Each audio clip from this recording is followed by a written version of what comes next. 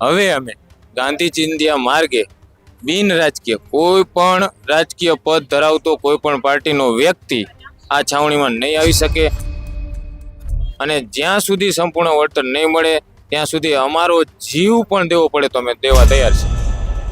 અમારી લડત એ જ છે, અમે અત્યારે આંબળા ઉપવાસ ઉપર બેઠેલા છીએ બધા ખેડૂતો, અને એ અમે કન્ટિન્યુ ચાલુ રાખશું અને જ્યાં સુધી અમને યોગ્ય વળતર નહીં મળે ત્યાં સુધી આ અન્નને ઉત્પન્ન કરવા વાળો અન્નદાતા પોતાના પેટમાં અન્ન નહીં નાખે। નિવેદન આપેલું છે તેમ છતાં પણ અત્યારે અમારા ખેતરમાં કામ ચાલુ છે।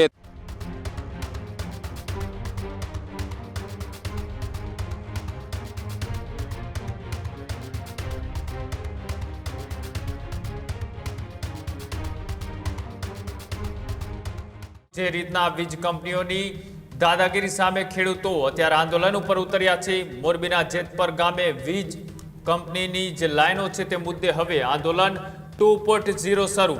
વડીલોની સાથે હવે યુવાઓ પણ આંદોલનમાં જોડાયા। બધા જ ખેડૂતો સાથે મળીને લડત આપી રહ્યા છે તેવી વાત નેહલ અમૃતિયા કરી। હવે ગાંધી ચિંધ્યા માર્ગ પર બિન રાજકીય આંદોલન કરી રહ્યા છીએ। કોઈ રાજકીય પાર્ટીની વ્યક્તિ આ છાવણીમાં નહીં આવી શકે અને આમરણ ઉપવાસ પર પણ અમે ખેડૂતો જ બેઠા છીએ તેવી વાત કરી। સંપૂર્ણ વળતર નહીં મળે તો અમે જીવ આપવા માટે પણ તૈયાર। કૃષિ મંત્રીના નિવેદન બાદ પણ અમારા ખેતરમાં વીજ કંપનીનું કામ એ ચાલતું હોવાની પણ વાત ખેડૂતોએ કરી। જે રીતના એ આંદોલન એ અત્યારે છેડાઈ ચૂક્યું છે અને ફરી એક વખત એ આંદોલનના બીજા પાર્ટની શરૂઆત થઈ છે અને ખેડૂતો એ આમરણ ઉપવાસ પર બેઠા છે। જેતપરની આસપાસના ગામના ખેડૂતો છે તે એકત્ર થઈ અને પોતાની લડાઈ હવે જાતે લડવાની તૈયારી દર્શાવી છે। શું કહ્યું ત્યાંથી શું પ્રતિક્રિયાઓ સામે આવી રહી છે આવું જોઈએ। મોરબીમાં આજથી જે જેતપર ગામ છે ત્યાં ખેડૂતોનું આંદોલન પાર્ટ 2 છે તે શરૂ થયું છે। છેલ્લા ઘણા સમયથી જે લડત આપી રહ્યા છે નેહલ અમૃતિયા તે આપણી સાથે છે, તેમની સાથે સીધી જ વાત કરીશું। નેહલભાઈ, જે પ્રકારે છેલ્લા ઘણા સમયથી આપ લડત આપી રહ્યા છો, જે ખેડૂતો છે તેમને યોગ્ય વળતર મળે તે માટેની કોશિશ છે તે કરી રહ્યા છો, પરંતુ જે આંદોલન છે તે આંદોલનને હવે પાર્ટ 2 આંદોલન શરૂ કરવું પડ્યું છે, શું કહેશો? અત્યાર સુધી અમે બધા ખેડૂતો સાથે મળીને દરેક જગ્યાએ લડત આપેલી છે। ગાંધીનગર પણ ગયા હતા।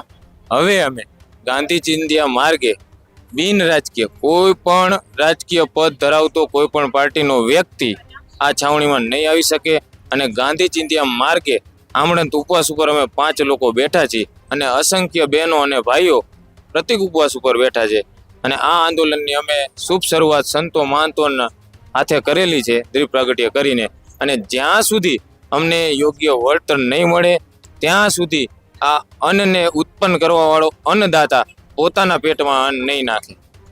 ખાસ નેહલભાઈ, જે રીતે વાત કરવામાં આવે તો ખેડૂતો દ્વારા જે લડતો આપવામાં આવી રહી છે તેમાં ક્યાંક ને ક્યાંક રાજકીય હાથો છે બનાવી દેવામાં આવતો હોય છે। યોગ્ય વળતરની વાત કરવામાં આવી રહી છે, પરંતુ હજુ સુધી વળતર છે તે નથી આપવામાં આવ્યું। જે કંપનીઓ છે તે કંપનીઓ પણ કામ ચાલુ રાખ્યું છે। આને લઈને આવનારા દિવસોની અંદર કયા પ્રકારનું તમારું જે લડત છે તે રહેશે?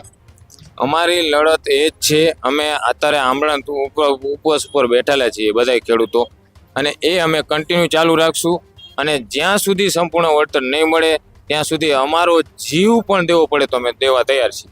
ખાસ કૃષિ મંત્રી એવું કહી રહ્યા છે કે ખેડૂતોને કોઈ જાતનો અન્યાય નહીં થાય, જે કંપનીઓ છે તે કંપનીઓને યોગ્ય વળતર આપવું પડશે તેવું નિવેદન છે તે ગઈકાલે આપવામાં આવ્યું હતું। અને તમે કઈ રીતે જોઈ રહ્યા છો? અત્યારે એને નિવેદન આપેલું છે તેમ છતાં પણ અત્યારે અમારા ખેતરમાં કામ ચાલુ છે। તમે મીડિયા બધા જઈ શકો છો, જોઈ શકો છો, અત્યારે કામ ચાલુ છે।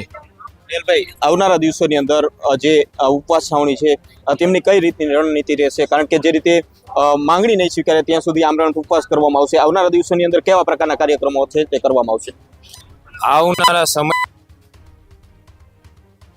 જિલ્લાના તો ગામડામાં જવાના જ છે, એને આમંત્રિત કરવાના છે, અને તેમ છતાં ગુજરાતના તમામ જે ખેડૂતો છે 20 થી 22 જિલ્લાના તમામ ખેડૂતોને અમે આમંત્રિત કરીશું કે જેતપરની ધરતી પર પધારો અને અમને આ જે લડાઈ છે બિન રાજકીય લડાઈ એમાં અમને સાથ સહકાર આપો।